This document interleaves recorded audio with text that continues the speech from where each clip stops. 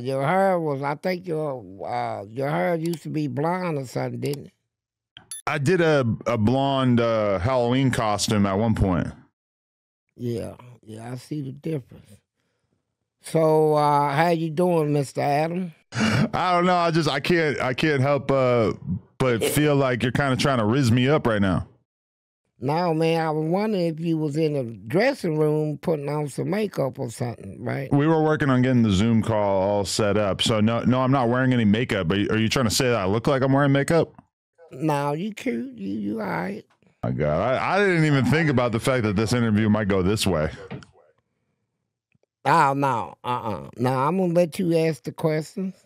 Okay, yeah. I feel like now you've got me feeling like you're trying to feel me out for being your next sissy. And I just want to say, I have a sterling reputation, a lifelong reputation of heterosexuality, and I am a married man, sir. I'm married too, and the beat goes on. Who are you married to? Yeah, I got a wife, but I can't tell you her name. That's fine. I probably wouldn't know her. You didn't know I was married? You didn't know that? I didn't know that. That's actually a really interesting I've detail. been married for 6 years. How's that going? Like all marriages, it's got its ups and downs. You know, you got to fight for your respect. She fights for her respect. We argue. We go through what every marriage go through. You know, arguing, ups and downs. Because we're going kind of all over the place already, but I mean, one of the most interesting things to me about your story is the fact that you actually ended up getting locked up before you were ever able to be with a woman when you were young. So your entire introduction to sex and human relationships was pretty much behind bars with other men. Right, that's true. Do you feel like had everything worked out differently, that you would have just been with women your whole life and that you wouldn't have been interested in anything like that? Yeah, I do. I believe it. That's wild because, I mean, but you've, I mean, I don't want to get into the most depressing stuff right away, but I watched another interview where you're talking about how you were basically having other men come at you from a very early age. Yeah, that did happen. You know, I was molested as a child. What age was that? I was around about 11, 12. And do you feel like that changed you a lot? And how did that change you? It changed me tremendously because at the time, I was having problems with my, I got siblings at home. It's 7 of us in the family. There's four boys and 3 girls. And one day I walked in the room and caught them having sex. And so I said, I'm going to tell on you. So what they did was they all came up with a story. So when my mom and them came home, they came up with something, had me get whooped for something that I didn't do, just to stop me from telling what I saw them do. And so at the time, I didn't have nobody that I can come to and talk to and tell them what's going on and stuff. And then when I got molested, I didn't have a big brother I can run to and say, hey, man, this guy did this to me. Because my brothers now was now against me for me seeing them do what I saw them do. Was that part of a pattern that all your brothers and sisters, like they were all having sex with each other? And did you feel like this was a consensual thing? Wasn't all of them. It wasn't all of them. It was two sisters and 2 brothers. They did it. And do you feel like this was consensual, that they had agreed? Yeah, they was doing. She one of my sisters offered me something, and I said no. And so I had to live a life, and then I get molested.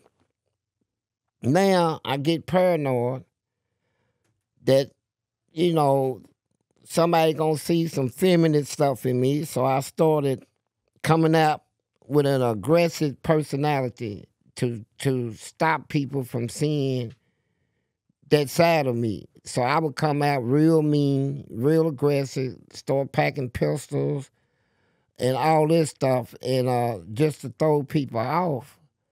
Really, from what I was doing. And then when I got off into that, it took a personality of its own. I actually became that, real tough in the hood. And so it's all in my book right here. Oh, who is Fleece Johnson? Okay, I got to get my hands on that. Yeah. It's all in the book about my life. So I'm getting all these whoopings and stuff, and so to spite my sister them, I said I ain't gonna cry no more. So they told my mama. So she came in and asked me, "Did I say?" I said, "Yeah, I said it, and I mean it." So she whooped me till her nose started bleeding, and I wouldn't cry. I wouldn't cry. Then my daddy came in. He whooped me until his hands shook. Right. I mean, do you think that also did some damage on you personality wise? Like, just it did. Yeah, all those beatings. Like, it's such a wild thing to think of. Like, why a parent would even want to do that. That's just hard for me to wrap my head around. Yeah, back then they didn't have child laws like they got now. Right. Kids got beat. I got beaten, and my daddy bought his fist up and hit me in the face because I wasn't crying. When I got out of the hospital, I said, I'm ready for round 2, and they told me, you don't get whoopings no more. So they killed that. I had to go through some stuff to achieve it, but that's what happened. That's a funny thing about like all of our parents or all of our dads is that they whoop you right up until the point where you can whoop them, and then it usually stops. Right. Yeah. Right. Dads are some hoes in that way, aren't they? But okay, so who actually molested you? Well, it was 2 people, and cause I didn't have nobody to talk to now, and I ain't got no family to talk to. They all mad at me, cause I was gonna tell on what I saw him do. I see somebody in the neighborhood, he wants to talk to me. And we walked around the buildings and stuff, and we talked. And then he started wrestling, showing me that he's stronger than me. He wants to wrestle and pin me down on the ground and all this stuff and hunch on me. And but he was the only person I could talk to, him and the other guy. And so once he started doing it, I'm confused about all of this, and I don't know what to do about it. And but when I turned 13 and I started packing them guns real heavy, the 2 guys that did it come up dead. Just put it like that. They did. I know, and it's a shame that you can't say more about how exactly that went down, but No, I can't. That is a fascinating aspect of this in many ways. But yeah, it's a shame that happened to them, but hopefully they got a chance to repent for what they did to you and probably to other men as well. Yeah, I doubt it, but they didn't get. Do you say rest in peace to them in any way? Is there any part of your personality that feels sympathy for them?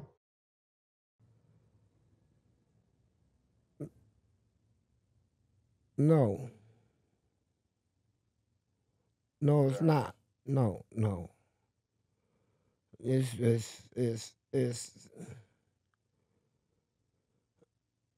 I wish it.